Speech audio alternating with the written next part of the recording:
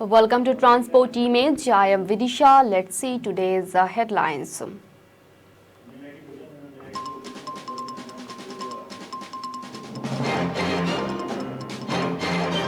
FATF Chief Ministers of Nigeria, Ethiopia met Home Minister Amit Shah.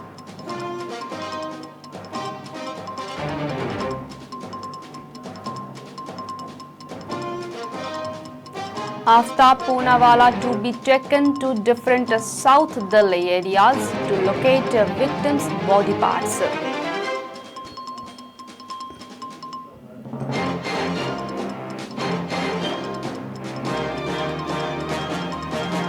Bharat Jodo Yatra proceed from Sengaung.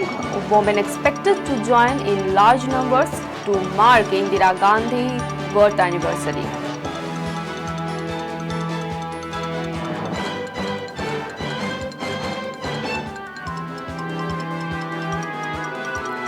PM inaugurates Arunachal's first greenfield airport, dedicates a power project to nation.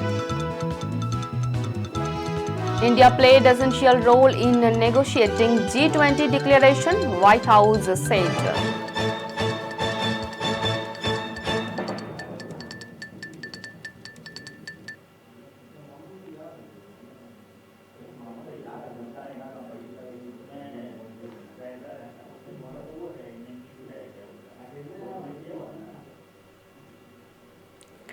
Let's move on to the details of the news. Union Home Minister Amit Shah has held a number of bilateral meetings, including with the Financial Action Task Force (FATF) chief, and discussed with them various issues of mutual interest such as terrorism.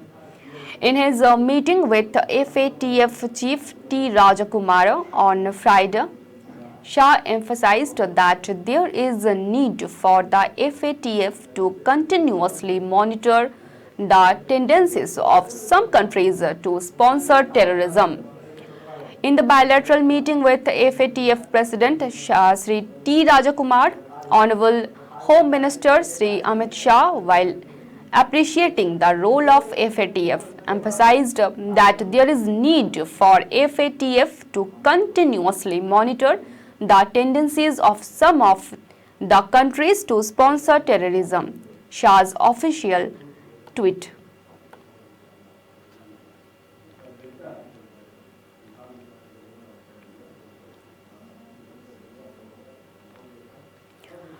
Aftaf Aman Poonawalla will be taken to different locations in South Delhi on Saturday as the Delhi police are trying to locate more body parts which he had allegedly disposed of after killing his live-in partner Shraddha Walkar, officials said. According to the police, Poonawalla allegedly strangled Walkar on May 18 and showed her body into 35 pieces which he kept in a 300-liter fridge for almost 3 weeks at his residence in South Delhi's Mehroli before dumping them across the city over several days past midnight. The saw was allegedly bought from a shop on the Mehroli-Gurgaon road, police sources said. The police have so far recovered 13 body parts which are mostly bones.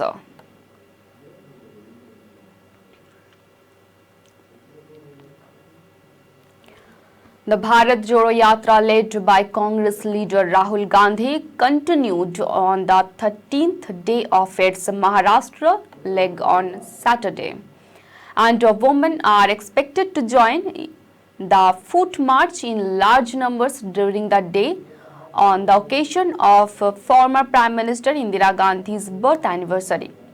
The participants of the Yatra embarked on the day's journey at 6 a.m. from Gajanan Dada Patil Markyard at Seongang in Buldhana's district and proceeded to Jalamb. The foot march will pass through Bastan and take a night halt at Jalagaon, Jammun town in the district. Women from self-help group and women elected representatives will join the yatra to mark the birth anniversary of late Prime Minister Indira Gandhi, the party said.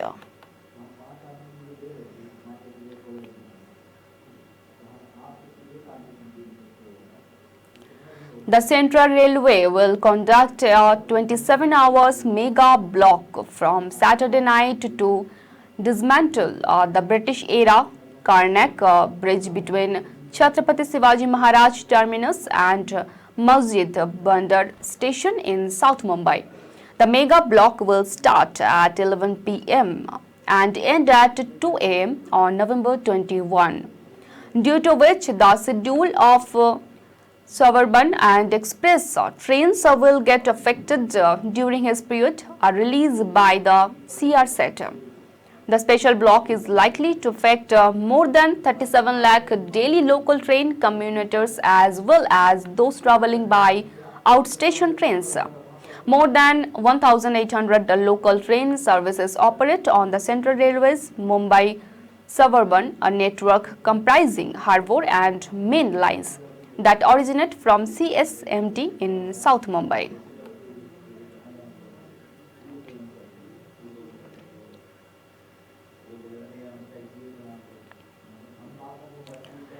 Amidst chanting of incantations by tribal priests, the Hispanic New Donia Polo Airport, the first greenfield facility in Arunachal Pradesh, was inaugurated by Prime Minister Narendra Modi on Saturday.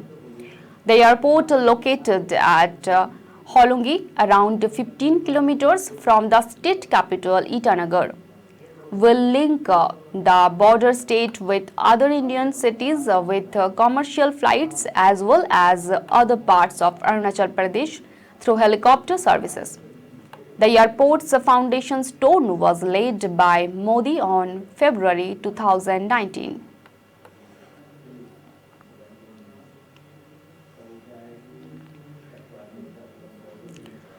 The salt pan workers in Gujarat, locally known as Agirians, have to work in one of the harshest environment to put on a living by battling several basic issues, and the Congress poll promise of improving their condition can just give hope for a better future to members of the marginalized section of the society. The Agrians families dwell away in remote salt pans in unfavorable weather conditions of the little run of Kutch, located in the north of Gujarat, for 8 months a year by staying in makeshift huts to harvest salt. During this period, they are virtually cut off from the mainstreams as they stay 30 to 50 kilometers away from human habitats. Over the past few years, the state government introduced several schemes for the welfare of the salt pan workers, but leaders and activists from the community feel these programs have not helped the Agrians much, and their condition has remained largely unchanged as they still have to fight for their basic rights, including health, care and education.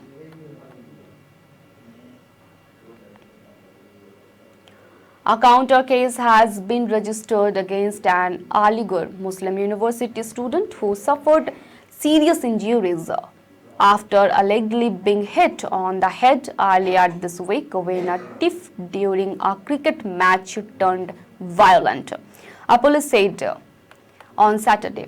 Sajid Hussain, the victim, and Sovit Singh, who allegedly hit him on the head with the cricket bat, are second-year students of the Varsity's Zakir Hussain College of Engineering and Technology. A spokesperson Omar Pirzada had earlier said this.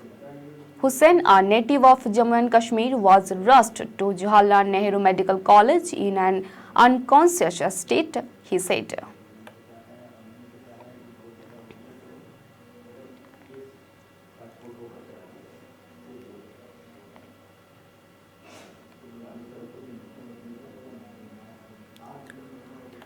A Pakistani intruder was killed on Saturday as the army foiled an infiltration attempt by suspected terrorists along the line of control in Rajouri district of Jammu and Kashmir.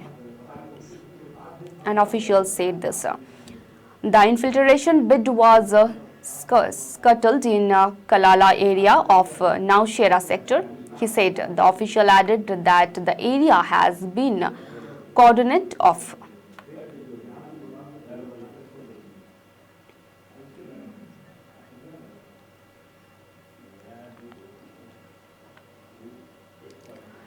India played an essential role in negotiating the Bali Declaration of the just concluded G20 summit in Indonesia. The White House said on Friday and uploaded Prime Minister Narendra Modi for saying that today's era must not be of war. India played an essential role in negotiating the summit's declaration. Prime Minister Modi made clear today's era must not be of war. White House Press Secretary Karina Jean-Pierre told reporters at her daily news conference.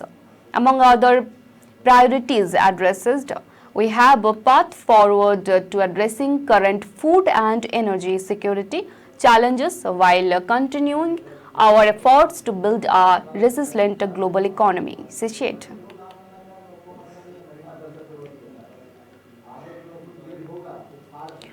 The 27th Conference of Parties, which was scheduled to wrap up its work today, has been extended by a day, said Environment Minister Bhupendra Yadav said late Friday evening. The climate summit held in Sharm el-Sheikh, Egypt, was intended to finish on Friday. Yadav added several topics, including the mitigation work program, the global trade on adoption, loss and damage. The climate financing are being debated as they remain contentious. The UN Framework Convention on Climate Change issued a formal draft of the agreement on Friday, but it omitted any reference to India's demand for the phase down of all fossil fuels. The demand for phasing out fossil fuels surprised experts since it was supported by the majority of developing and developed countries.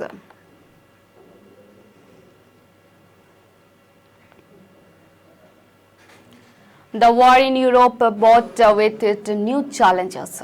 Just when the economy was about to normalize fully despite the third wave of the COVID-19 pandemic, and suddenly the world encountered several food and energy crises. Reserve Bank Governor Sashikant Das said on Saturday, delivering the inaugural address at the annual research conference of the Department of Economy and Policy Research of RBI. Das said the COVID-19 pandemic crisis created an opportunity to explore and harness the power of big data and strengthen direct feedback mechanism while working from home. He further said the pandemic also posed new research issues and analytical challenges for policy making as it caused a demand shock or a supply shock. The size and nature of policy stimulus required and their effectiveness among others.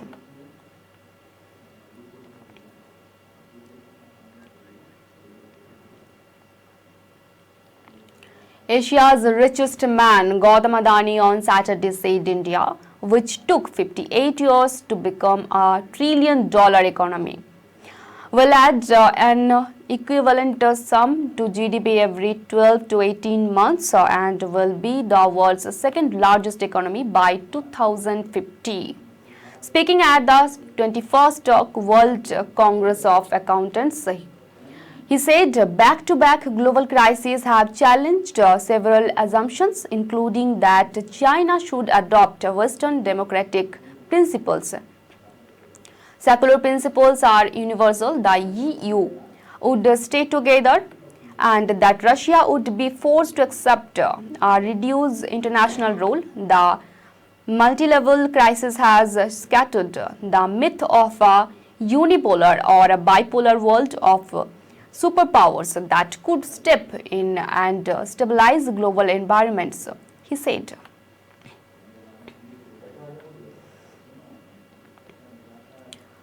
Scientists have uncovered why certain parts of the brain are particularly vulnerable to Alzheimer's damage. It comes down to the gene APOE, the greatest genetic risk factor for the disease. According to researchers from Washington University, the parts of the brain where APOE is most active are the areas that sustain the most damage. Everyone carries some varies of the APOE gene, but people who carry the APOE4 variant are up to 12 times more likely to develop Alzheimer's disease than the general population. And at a younger age, it is more vulnerable, they said.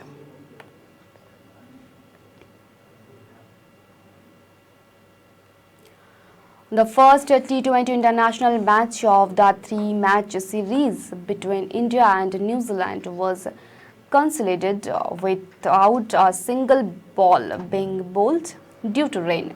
Both the teams are going to make a fresh start with this series after recently being eliminated from the semi-final stage of the T20 World Cup in Australia. India had to face a defeat from champion England in the World Cup. New Zealand was defeated by the runners-up Pakistan. The India team, led by Hardik Pandya, will now play the second T20 match at Mount Maunganui on 20 November, and the third and the last T20 match will be played in Auckland on 22nd November. After this, the Indian team will face New Zealand in the 3 ODI series.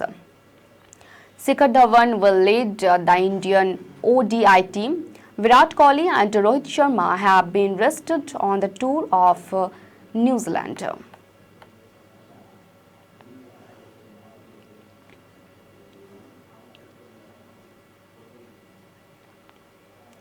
Thank you for watching Transport Image.